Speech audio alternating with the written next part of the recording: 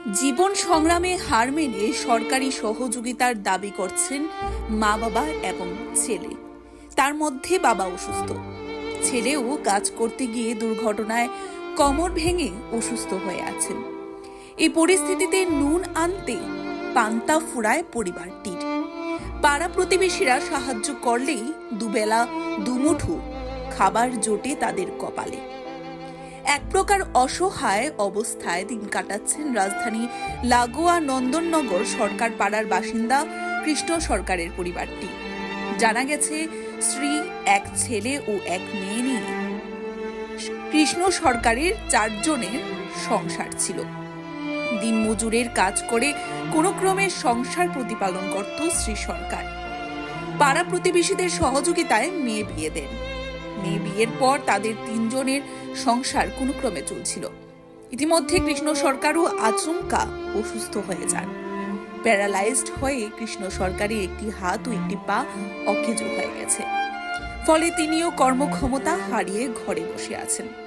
এরপর কৃষ্ণ সরকারের ছেলে পঙ্কজ সরকার সংসারের ঘানি টানতে শুরু করেন। মাত্র 24 বছর বয়সে পঙ্কজ দিনমজুরের কাজ শুরু করেন।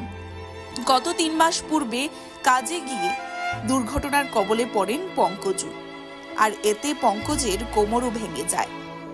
তার ফলে সেও কর্মক্ষমতা হারিয়ে ফেলে। সরকারিভাবে যতটুকু সম্ভব হয়েছে বাবা এবং ছেলের চিকিৎসা হয়েছে।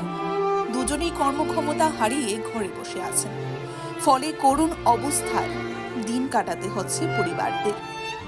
পাড়া প্রতিবেশীদের সাহায্য করলেই তাদের কপালে দুবেলা দুমুঠো ভাত জুটে। অসুস্থ কৃষ্ণ সরকারের স্ত্রী কানন সরকার জানান, দুপুরে কিংবা রাতে কি খাবেন তাও জানেন না, ঘরে কিছুই নেই। সরকারের কাছে সামাজিক ভাতার জন্য আবেদন করেছিলেন, কিন্তু ভাতাও পাননি। কিছু চলি আর কি, পাড়ার মানুষের না দিলে তো চলতে পারি না। আপনার কানন সরকার। বয়স কত আপনার? বয়স তো 45-এর উপরে। এই জায়গাটার নাম কিটা? নন্দননগর সরকার পাড়া। কি হইছে আপনার স্বামীর? কি হয়েছে? প্যারালাইসিস। কত বছর আজ ধরে? 2-3 বছর ধরে কিচ্ছু করতে পারে না। তো আপনার ছেলের কি হয়েছে? ছেলে তো 3 মাস ধরে এই বিছনাথ কোমর ভেঙে আছে, আমরা কাজ করতে পারি না। এখন কিভাবে চলেন আপনারা? বর্তমান অবস্থা কিভাবে চলেন? মানে মানুষের দিলে খাই আর নাইলে না খায়, তখন লাগে দুপুরে যে কেমনে কাম ওইটাই, মানে কোনো সুবিধা নাই। যদি কেউ না দেয় তাহলে খাইতে পারবো, নাইলে খাইতে পারতাম না। আপনার স্বামী বাতা পাইছেন? না, বাতা হয়েছে না। আপনার রেশনটা কি বিপিএল না আইপিএল? না, বিপিএল ভুক্ত। সরকার কাছে কোনো সাহায্য চাইছেন? যে কাউন্সিলর আছিল বাতার লেগে আপনার স্বামী চাইছিল তো, দিছেনি বাতা? না দেশে না। এখন কি দাবি রাখবেন মুখ্যমন্ত্রীর কাছে বা সরকারের কাছে? কি দাবি চাইবেন আপনি?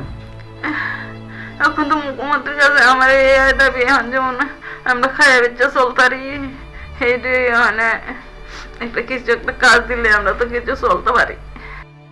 আমার এই কাজ করতে গিয়ে অ্যাক্সিডেন্টে আমার কোমর ভেঙে গেছে। মানে কাজ করতে পারি না, মানে বাড়িতে ওসব এই বাথরুমটা তো ঘরের ভিতরে বাথরুম, ইটার কারণে দড়ি দিয়ে হাঁটাহাঁটি করি, কোনো পাওয়াটা কোনো জুড়ি পাই না। তো মানে বাবা প্যারালাইসিস হয়েছে আজকে 2 বছর, গত 2 বছর।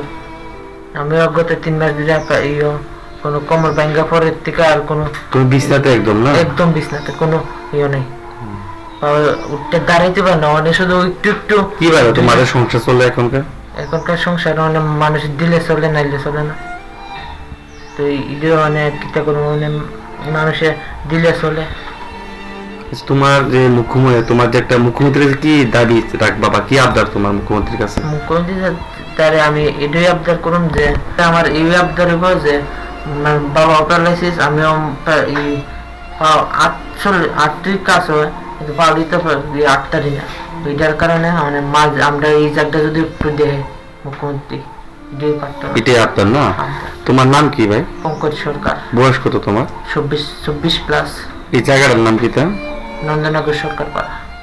তিনি সরকারের নিকট আর্জি জানান পরিবারটি যেন দুবেলা দুমুঠো খাবার খেয়ে বেঁচে থাকতে পারেন তার ব্যবস্থা করে দেওয়ার জন্য। এখন সরকার যদি সাহায্যের হাত বাড়িয়ে দেয় তাহলে হয়তোবা পরিবারটি দুবেলা দুটো খেয়ে বেঁচে থাকতে পারবে, অন্যথায় আগামী দিনে পরিবারটিকে না খেয়ে মরতে হবে। কারণ প্রতিবেশীরা কতদিনই বা সাহায্য করবে। এখন দেখার বিষয় রাজ্যের বর্তমান সরকার এই অসহায় পরিবারটির প্রতি সাহায্যের হাত বাড়িয়ে দেয় কিনা। Bureau report, Tripura news 8।